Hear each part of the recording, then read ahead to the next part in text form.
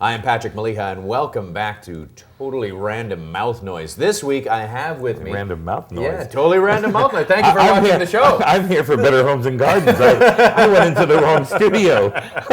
I guess we'll have to see what happens. Okay. So, and as you can tell, my guest this week is internationally touring stand-up comedian and booker for the David Letterman Show, Mr. Eddie Brill. Eddie, yay, everybody. Thank you, Patrick Maliha. I'm honored that you're here. That's okay. I just happened to be walking by and you grabbed me. What are you talking about? That's how most of these interviews are done. That's okay. Yeah. I thought this was my room. Now, I understand you did a show last night. You did it with Mark Maron, right. one of Totally Random Mouth Noise's absolute favorite comics. Brilliant comic. We love him here. And weirdly enough, all through my life, I've done comedy with Mark in so many different festivals, or we just have always end up together in the same show. Really? When we did I did Dr. Katz. You know, you do them separately.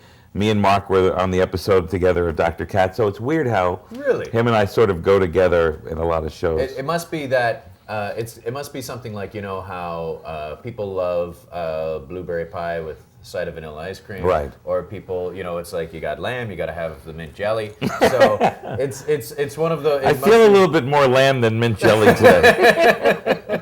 I'd be the lamb, he'd be the jelly. Yes. Why do I always get to be the jelly? Yeah, because you like lamb.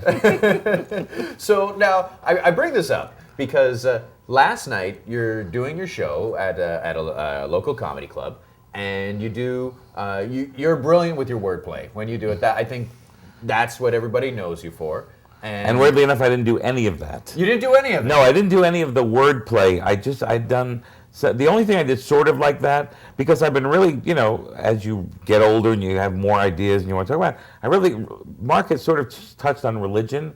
So what I did was I took it to the next level. Okay. Not that my stuff was the next level comedically, but I was able to take what he was just brushing upon, then really talk about that on stage. So it was really great.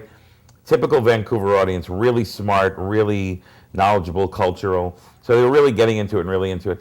And then I did some silly joke that's kind of new about cock-a-doodle-doo. How does, you know, I understand meow because you spell M-E-O-W, it's weird. But it sounds like a cat. Right. But how do you get cock-a-doodle-doo out of roar, roar, roar, roar, roar? Because there's cock-a-doodle-doo.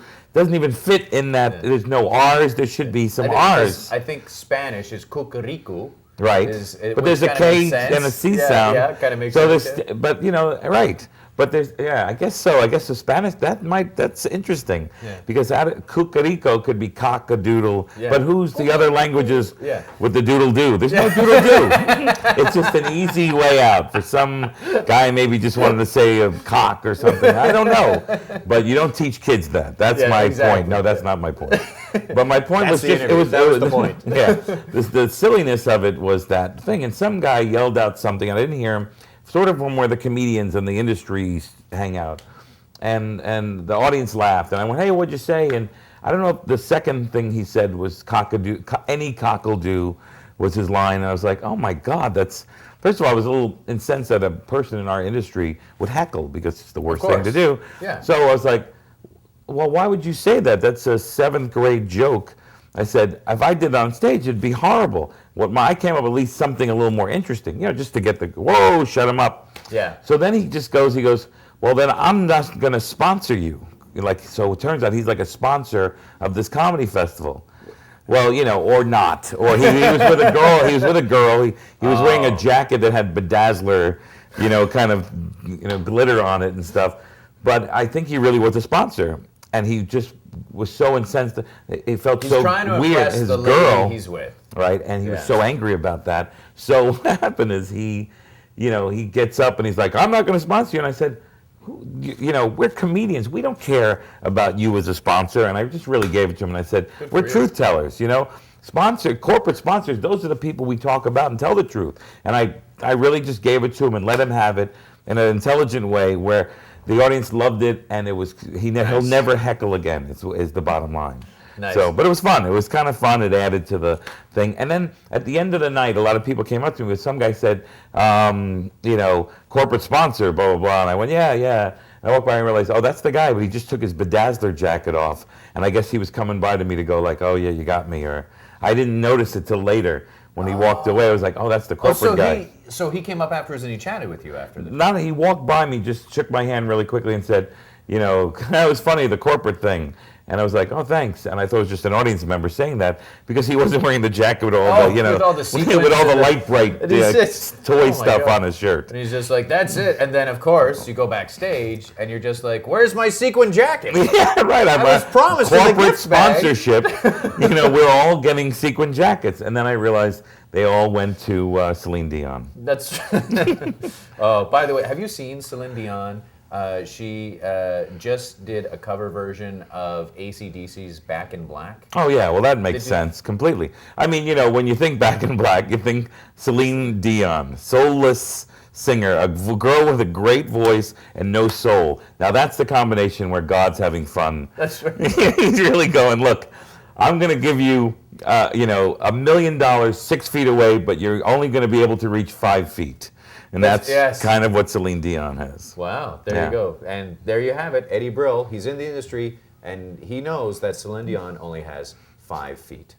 And so that's what I got out of that. Yeah, me too. I just made that up, and it sounded in my head. I had a picture of something really good. I don't know if it came out, and I showed you the whole picture. We'll make it in post. You're a genius. Yeah, I'm fantastic. In post, it'll be brilliant. I'll come back tomorrow with this shirt on, and we'll fix it. That's right. Now, one thing I wanted to ask you about is that in Canada we have this magazine, and it's Maclean's. This is not not a fake cover. This is Canada's Time, and on it says, "Inside Iraq, how Bush became the new Saddam." So you're a man, you live in New York City, you work in New York City, right. You've traveled all over the world. So how does that make you feel? How do you, when you see something like that, and this is how your country, the neighbor to the north, this is well, it doesn't bum me out. I mean, I'm not like, the people in the Middle East who's like, you put a clown head on our Messiah, or, like that doesn't freak me out because I'm a comedian. How can you take life seriously? It's a joke, And the fact that he has that mustache is classic. He looks like, what's his face? Magnum P.I. Magnum P.I., Tom Selleck. Yeah, right. It's like, that's right. He wishes he was as good as Magnum P.I. But no, who cares? It's the funny thing about this is that, some people take it seriously. That's the funniest thing about it. Of course he's the new Saddam. He's that crazy leader that, everyone wants out. Right. The only reason we got Saddam out is because there was oil, and we know that, and his family knows that. It's pretty obvious. But if he wanted to get Saddam out, if his whole idea was to get crazy people out, well, he'd go to North Korea and get that crazy guy out. But the only oil that guy has is in his hair. No! So, take that, Kim Jong-il. You're right. If you come to my house, you'll be weird. It'd be really strange that you found my address through this interview. But if you write to Maclean's magazine, you'll get all the comedians' addresses and all the costumes that go along with it. Vancouver has another magazine, and this really makes me angry that they would deface really good meat like that with mustard. You don't like mustard? I can't. No, in fact, I love mustard. Oh my God! I actually love mustard, but it's funny. Like, which is more annoying? Mustard or Saddam? That's really good. Saddam mustard. Oh well, Eddie. Mustard. Saddam good. And on that fine note. Yeah, you're just trying to find it out because I'm being too silly. I was going to say, Eddie, I have to say it is a pleasure. Thank you so much. It's my pleasure. And I can honestly say that it's wonderful. A lot of times, people, they don't get to see who the people are in the industry. And for good reason. Yeah, because they wear sequin jackets freaks. And they yell out. They yell out and they heckle. And I really appreciate it. If people want to learn more about the Eddie Brills in their area, how would they go about doing that? Well, you go to your Eddie Brill chapter and you meet with a representative, and they come to your house and they bring you cake. It's eddiebrill.com. It's that easy. It's that simple. EDDIE. EBRILL. Some guy bought it and wanted me to pay him $5,000 for eddiebrill.com. I said, your name's not Eddie Brill. He goes, no, but I'm trying to make money. I said, I'll give you $100. And he said, no. I told him I'd give him $100. He said, no, I won 5,000. I said, I'll give you 75. And he's like, how is this a negotiation? Yeah, and I said, look, I'll buy you a cup of coffee at Starbucks. Just give me the name back, or I'm going to go to eddiebrill.net. And then he took the 100, and I got my eddiebrill.com. There you go, kids. That's how it's done. Yeah, that's how the industry does it. Hard. You put on a mustache and a big hat, and you go out there with power and evil and spread it across the world.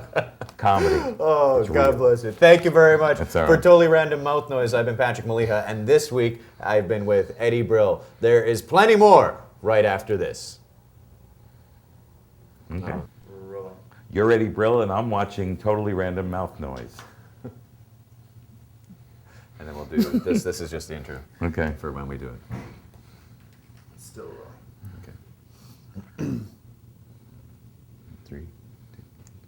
Hi, I'm Patrick Maliha, and this week on Totally Random Mouth Noise, I have with me internationally touring superstar. This man, he has been in bands such as Anthrax and Triumph, and he is the booker for the David Letterman show. That's right, this week it's me and Eddie Brill. Stay tuned.